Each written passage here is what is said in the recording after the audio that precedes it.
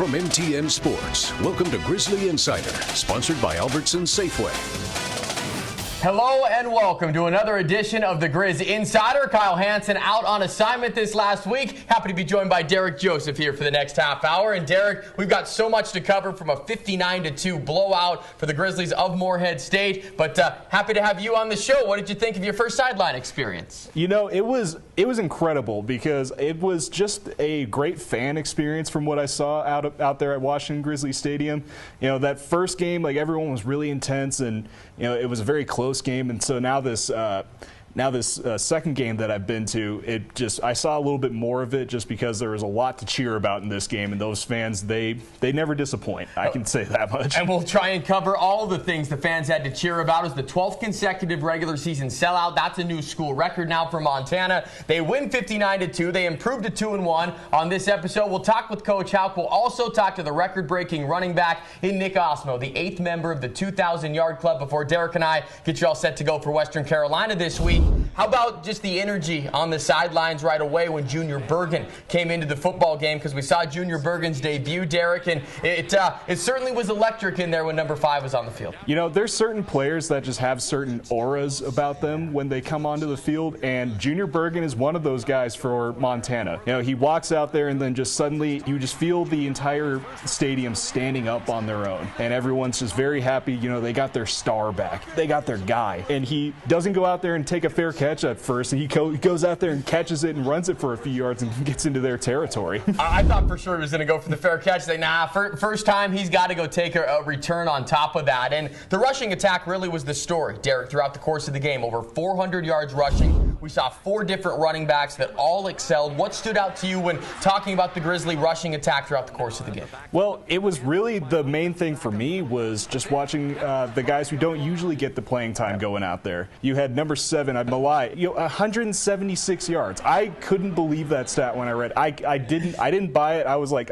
somebody made a mistake here. This is a typo. Maybe it's 126, but 176 yards in 3 drives. Pretty amazing stuff. Yeah. And 24 carries on top of when you talk about Eli Gilman, another 100-yard rushing game, yet he had fewer than 10 carries. And then Nick Ostmo being able to join the 2,000-yard club, the 8th member to do so. How about on the other side? Because the defense actually pitched the shutout. The 2 points came on special teams for Morehead State, but was there a position group or maybe some observations you had on the defensive side of the ball? They were very solid after that tough showing at North Dakota. Oh, definitely the line. The defensive line came out immediately with the Hayden Harris interception right off the bat, off the offensive lineman's helmet. You know, it just falls right in the breadbasket. You know, big man with football, we always love that. And was it 5 sacks that they had in this game?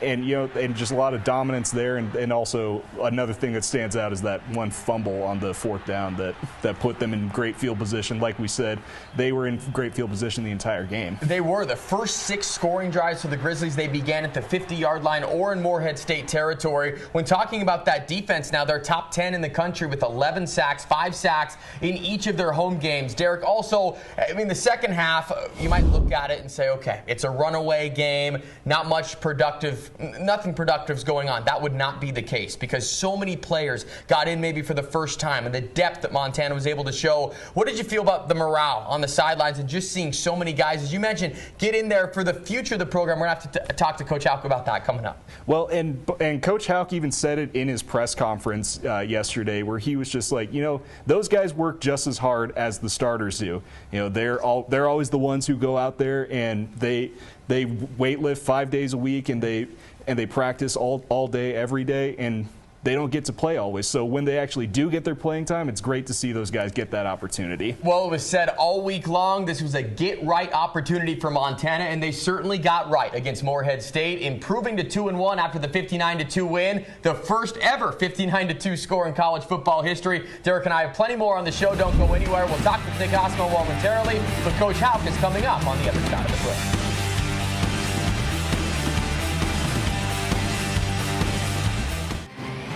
There's more coverage of the Grizzlies online anytime at montanasports.com. Welcome back to Grizzly Insider, sponsored by Albertsons Safeway. And welcome back to the Grizz Insider. A happy show indeed, with Montana dominating Morehead State, blowing them out, winning 59-2. Time for us to talk with head football coach Bobby Hauck. And coach, you know me, I'm going to try and have a couple numbers here that might surprise you, because there's a lot of numbers from that game. Before we dive into it, it had to be a nice feeling going back and coming back home #1 and having that kind of complete performance. Well, it was. We played well across the board. We had a lot of good performances. We still have a lot to fix, of course. That's coaching. That's how we roll. But it was good to have a dominating win and have a chance to play a lot of guys. Just click on all three phases. It was really good. The growth of Grizzly football since you've gotten back, and I've seen the rebirth a little bit of it, because the expectations of what everyone expects are so important. And I would be remiss not to at least acknowledge the 12th consecutive regular season sellout against Morehead State, and to still have that place be packed and to feel the impact of Grizzly with the fans all out there, Coach. So just your thoughts on, once you heard for the first time, the 12th consecutive regular season sellout and the record broken. Well, it's really cool, obviously, Yeah. that this is what's going on. 26,000 people, I don't know, it was 25.8 or whatever it was. And we set a stadium record last year against Ferris State, who no one had ever heard of, and it ended up being a wild, great game. And it's just continues on, right? We keep setting records, and Grizzly football is a cool thing. This is a great place, and our fans make it so. Well, setting records off the field and on the field. You guys began the game, obviously, with a hot start. Your first 6 scoring drives, Coach, you start at the 50-yard line or better. That, to me, means complimentary football. How did you like how all 3 of the units were working in sync to really put out that dominating result? Well, the good field positions makes it easier offensively. We love creating field position, whether it's with the defense or the special teams. And then the other side of it is the offense capitalized. They stuck it in the end zone. Was really pleased with how that was. Defensively is where we're going to at least begin. You had 9 3-and-outs. They had 12 possessions. 9 of them were 3-and-outs. An interception. They ended the game with the ball. So 9 3-and-outs and 12 possessions really is the stat, Coach. You hold them to 45 yards. What stood out defensively? Was there a position group, or just collectively all of those guys being able to just stymie the Eagles all game? A couple things stood out in my mind. One was the consistency. The tackling was superior. They didn't have a first down the second half, which, you're up by 40 at halftime. You wonder if there's going to be a letdown. That was not the case. I thought everybody that went in the game played their tail off, and it just excites me about this week. Without a question. And then the offensive side of the ball, both quarterbacks were able to lead your team down the field to score. Led a ground game that we're going to get into. We'll have Nick Ostmo on the show here momentarily. But just talk a little bit about your quarterbacks, how they led the offense, and being able to put up that many points. Well, there's continued growth. Yeah. We need it. We're young and inexperienced at quarterback. As I've said a lot of times to you, I like both those fellas. I think they're going to be good players for us. They played their best game so far.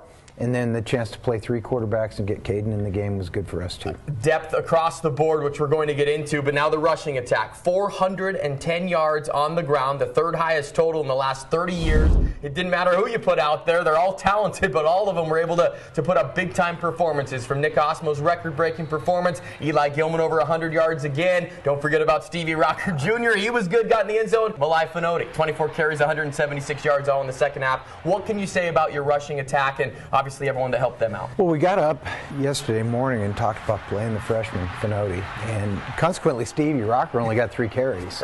We wanted to get Malai in the game. Anytime you're rushing for that number of yards, the backs are obviously running hard, they're breaking tackles, they're finishing runs, but the guys up front are doing the same thing. We not only played 4 running backs, we played 3 left guards. So everybody got a chance to get in there. Everybody succeeded. Really good for our team to get the experience and development and to run the ball like that. To piggyback off of that, Coach, depth was utilized at nearly every position. I think you went 3 deep, maybe at every spot. 24 guys record a tackle, but it goes even deeper than that. What does that do for the growth and the morale of your program moving forward in such a long grind of a season that everyone gets to feel like they contributed?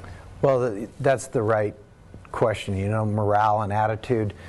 These guys work really hard, and for them to be able to get into a Division I college football game, play a significant number of snaps, contribute, have success, it was just really cool. As cool as the head coach, great to watch. I'm excited for our guys to have that chance to play. Well, Coach, this is where I was going to try and surprise you. You know, you made history in another way yesterday. You're a big college football historian. You're in the Hall of Fame with your stuff from your outfit from last year, right? So This is the first college football game ever that finished 59-2.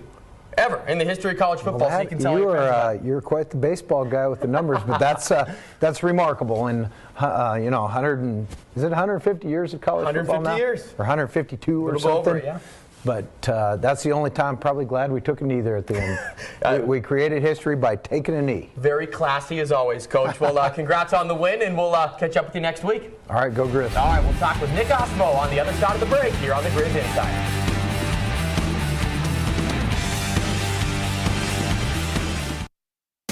Welcome back to Grizzly Insider, sponsored by Albertson Safeway. Welcome back to the Grizz Insider. It was a pretty easy choice for our player of the game and who we wanted to talk to. It's Nick Ostmo, breaking into the record books. Well, he's already been there, but now in an exclusive list, the 2,000-yard rushing club, the 8th member to do so. Nick, before we get into all that, how you doing? How's your body feeling after a Grizzly football win? Feeling good. Thanks for having me.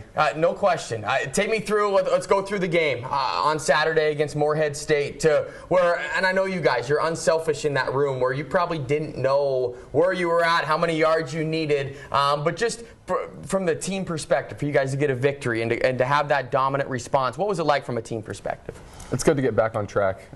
It's awesome seeing some of the young guys get in there, and cool to see one of my guys, Malai, just go out there and dominate, and he's a really smart kid, picks stuff up fast, he loves football, and it was really cool to see him get in and do well. I would say that 24 carries all in the second half, 176 yards. I'm sure there's a lot of fun dynamics going on within the running back room. We'll hop all around here, Nick, but it's just such a unique perspective, I think, with Coach Green, the longest tenured coach on staff. You are the senior leader in that room, and then you've got a couple of young guys. Well, Stevie Rocker Jr. comes in as a transfer, and then you have Eli Gilman and Malai Finoti in there. What's the dynamic like between the four of you? Because unselfish would be the word that comes out a lot of that room, because you guys really do not care who gets the carries at times, but just tell me what the dynamic's like in that room and your role in it. You know, we're all really good buddies, and like we're hanging out in the locker room a lot, and the new guys come in and we get to know them pretty well, and they fit right in. It's just been great being around them, and you know, we all work our butts off, and it's just been great to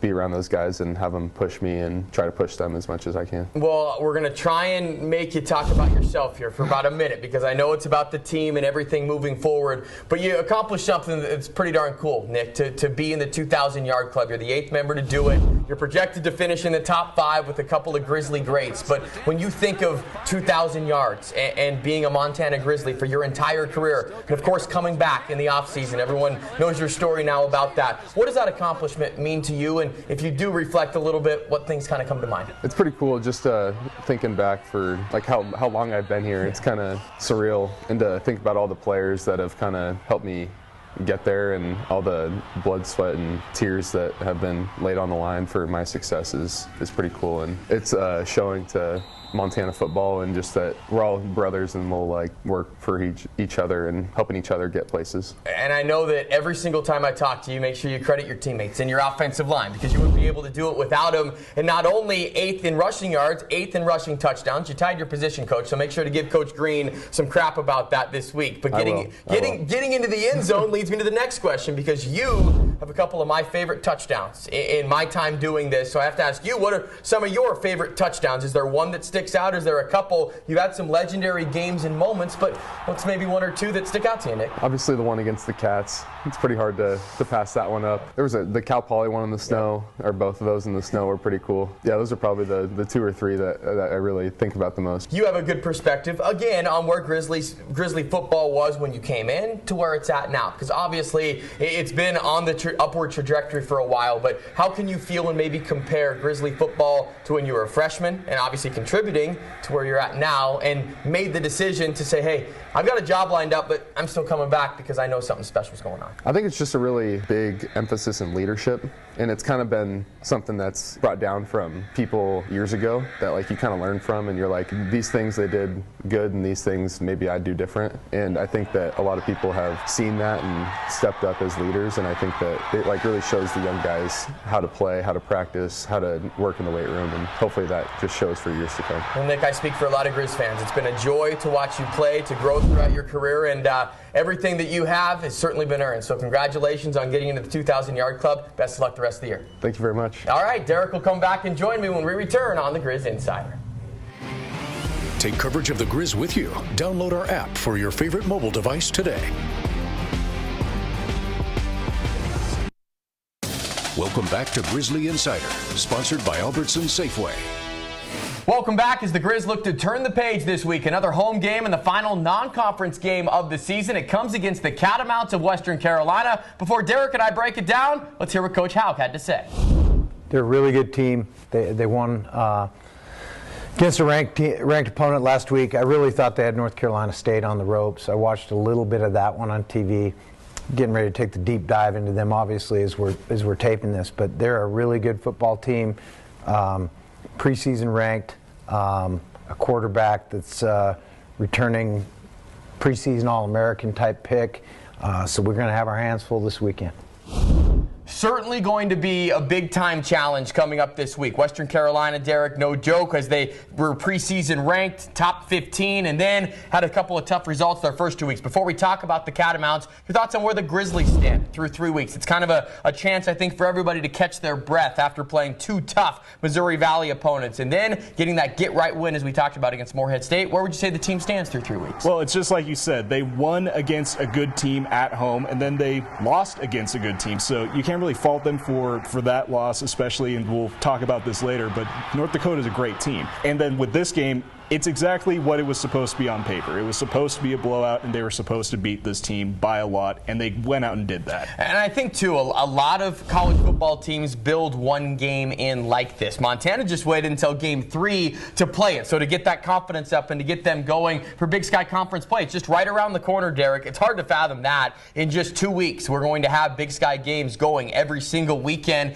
But your thoughts, what stood out maybe, if any, result from last weekend? I know a lot of people might have had their eye on who the Grizzlies lost to the previous week. Yeah, North Dakota winning 52-28 against Idaho State. So that they're kind of just showing that they're the real deal, and they're definitely a team to watch in the Big Sky for sure. You know, and they got just a great attack and just an amazing overall team. They do, and they're ranked now in the top 8. They're firmly there, and I think that win over Montana got everybody's attention, but now they're proving they're legit, beating yet another Big Sky team. They're at home for 4 games in a row, so we'll certainly be keeping our eye on North Dakota. The coaching staff's already said they might like a rematch there, or just to prove that they can beat North Dakota for a second time. Other results that were surprising: Weber State, Eastern Washington, both go on the road and lose at Southland teams. Not the best look for the conference, but the Idaho Vandals, they're a team that might be a national title contenders. They blew out Albany in a quarterfinal rematch. How about Western Carolina? Let's turn the page. Let's talk about the Catamounts, a team that they come in 1-2, but you really can't look at that record because they lost to North Carolina State, leading that game going into the fourth quarter.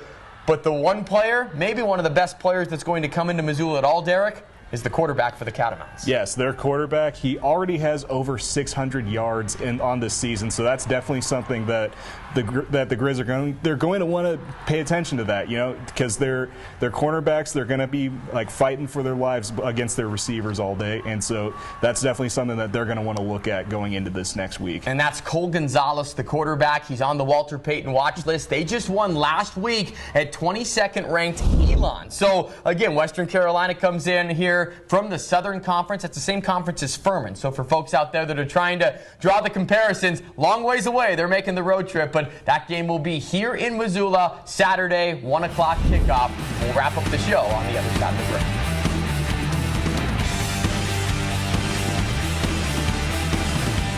Get social with Grizzly fans and follow MTN Sports on Facebook, Twitter, and Instagram.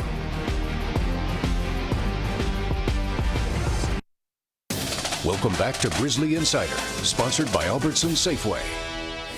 Welcome back as we wrap up this week's edition of the Grizzly Insider. And Derek, it sure was great to have fall in the air this last week in Missoula. Just felt like all was right in the world with that fall football weather. Yep, we got a little bit of rain throughout the week, knocked out that smoke that we were dealing with all week, and so it just started to feel, like you said, it started to feel like football, and we love that, and we love this time of year. Well, not only that, conference football around the horizon. Derek, you did a great job this week filling in for Kyle. Thanks for joining us on the show today. Hey, thank you for having me. I really appreciate the opportunity. No question. Kyle will be back next week. A busy week for Grizzly athletics on the road. Volleyball is, soccer's at home against Boise State, and Grizzly football will play Western Carolina 1 o'clock. We have all the coverage right here for you. Make sure to check your local listings for Saturday as the Grizz will welcome in the Catamounts. Have a great weekend, everybody.